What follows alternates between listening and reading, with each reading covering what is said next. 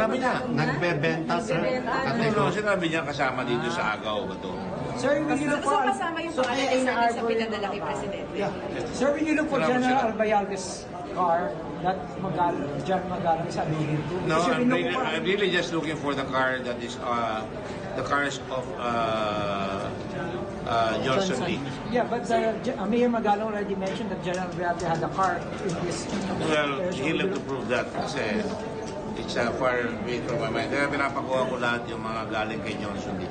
Malalaman niya. Timo, ilang lipat na eh. Ilang Sir, lipat camera. eh. Sir, camera. Sir, sa camera.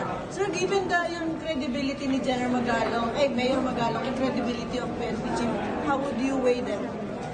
Magalong has no reason to reveal this. He's already retired. He's already a police chief. He's looking for trouble. Kaya medyo malaman yung sinasabi.